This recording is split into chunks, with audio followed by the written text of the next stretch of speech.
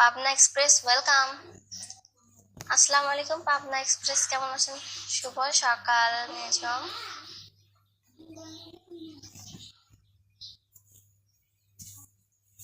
জি আলহামদুলিল্লাহ, আমিও ভালো আছি।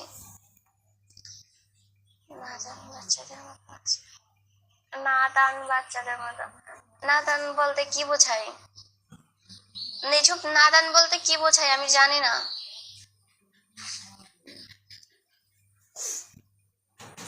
অবুঝ? ও আচ্ছা।